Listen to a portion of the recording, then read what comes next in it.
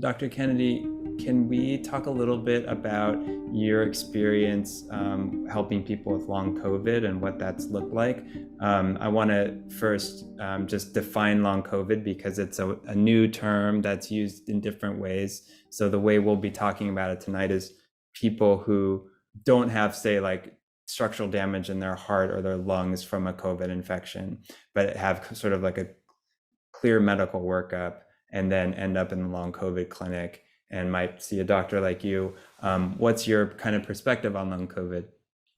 Yeah, so, even when this started 3 years ago, and I didn't even know about this mind-body work with Dr. Schubiner, as soon as I heard about the sort of long COVID, and I think a lot of other doctors too, but I thought, oh gosh, this is it. This is the next thing that's what our medical community can't define and can't help very well, but is, and again, I didn't really know the terminology and the underlying problem because I hadn't found this work yet, but is part of this chronic condition set. And like fibromyalgia and, chronic headaches and chronic back pain that we don't find a specific reason for, chronic fatigue syndrome. And even though, so I'm the only one that does this specific model of this work in my whole organization of Kaiser Permanente in the Northwest region, but there's lots of other physicians that I talk to, or I've presented this work that really get it and say, oh yeah, that makes so much sense, kind of like I did when I heard it. So I suspected that even 3 years ago, but then when I found this work, I then had the tools and the more details about it and thought, oh, wow, that really makes sense.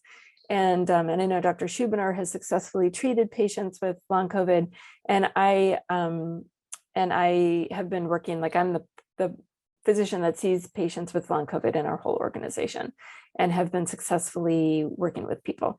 And again, I always distinguish it as, yeah, I mean, COVID is a terrible disease. I mean, it causes a lot of inflammation, a lot of things, especially, what it was 3 years ago before it sort of morphed and changed and vaccinated and everything. But, and so this is not about, like I was saying, people that have scarring in their lungs and scarring in the heart, which COVID can cause, no doubt. But this is more that subcategory of people who all of the tests have been normal, like they've had every single, MRI of their heart and brain and, everything you can possibly think of. And also their symptoms don't follow what we know that how the body works physiologically. And so when pain moves around, or, they go for 2 months with no symptoms, and then the symptoms come again, or there's dizziness sometimes, but not dizziness another time, or buzzing or numbness or tingling, or, kind of all of these symptoms that again, don't follow the known physiologic nerve pathways, and the tests are all normal. That's the category of long COVID that I work with and successfully treat. And many, many, many patients in this category do have a history of either capital T trauma or little t trauma. And again, it's not everybody, but the more times that the brain has felt unsafe, it primes the brain for then interpreting signals as danger. And so people with fibromyalgia, for instance, I mean, I have a patient who the wind blows on their skin and that is painful. It's not making it up. It's not real.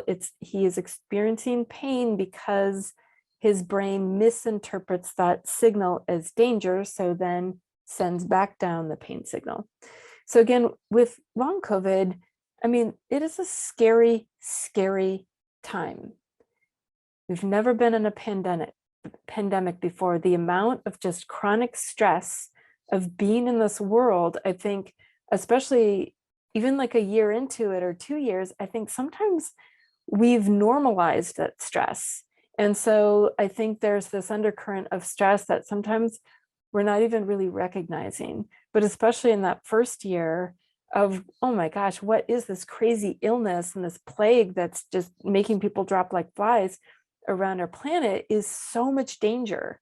And then to hear about, in the media even, then, oh my gosh, now some people are having the symptoms that were young, healthy people, that the symptoms are going on forever. We don't know what that is. That also causes danger.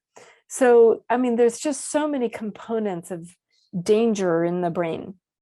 And so what I've found, and, I'm not going to say what I'm saying about long COVID is 100% the truth forever and ever, but with my 20 years of medical experience and working with patients with chronic fatigue and fibromyalgia and, lots of different chronic symptoms, and now doing this work and looking at the other people around the country that are doing the work in this model, is it does seem to be fitting that many patients with long COVID, it's because of the mind-body danger signal.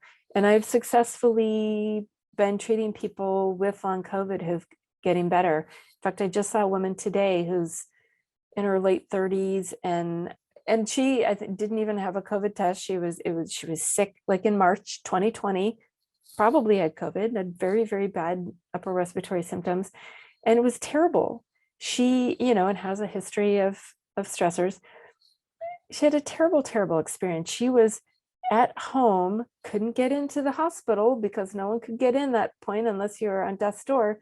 And she would get these gripping feeling in this cough and feeling like she couldn't breathe. And she was at home alone with her husband, and her husband was very loving and supportive, but didn't get it, and felt so afraid and alone during this time in 2020. And it's kind of like she has PTSD from it.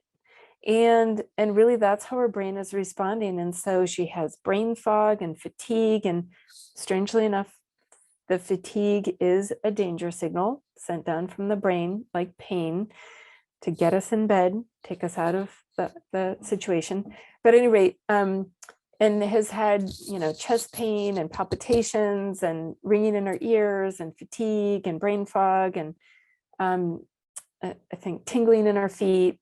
And we've been working together for many months, and little by little is getting better. And, probably, I'd say she's probably 80% better at this point, is that she still gets fatigue, and going upstairs with her groceries, that fatigue that comes upon her kind of overwhelms her, not all the time, some of the time. And, but again, doing the emotional work. So she's working on expressive writing. She also is working on, she always puts others first and not herself. So she's working on that, her perfectionism, doing the pain reprocessing therapy, meditation. She's getting a lot better. Great. That's a great story. I mean, yeah, there's just so many, obviously thousands and millions of people dealing with long COVID. And, these are very much preliminary. We're not sure how many of these people can be helped with mind-body therapies, but we've heard lots of really promising anecdotes. And so it seems important to just say that this is an option out there for people who are interested in looking at long COVID from a different direction. They're doing tons of biomedical investigations of long COVID, but there's not really a known effective remedy, as far as I know, in terms of a pill you can take. And so I kind of think like, may as well try this, since it's worked for many people. If you've tried other things that haven't worked, it can't hurt. It's kind of how I tend to think of it.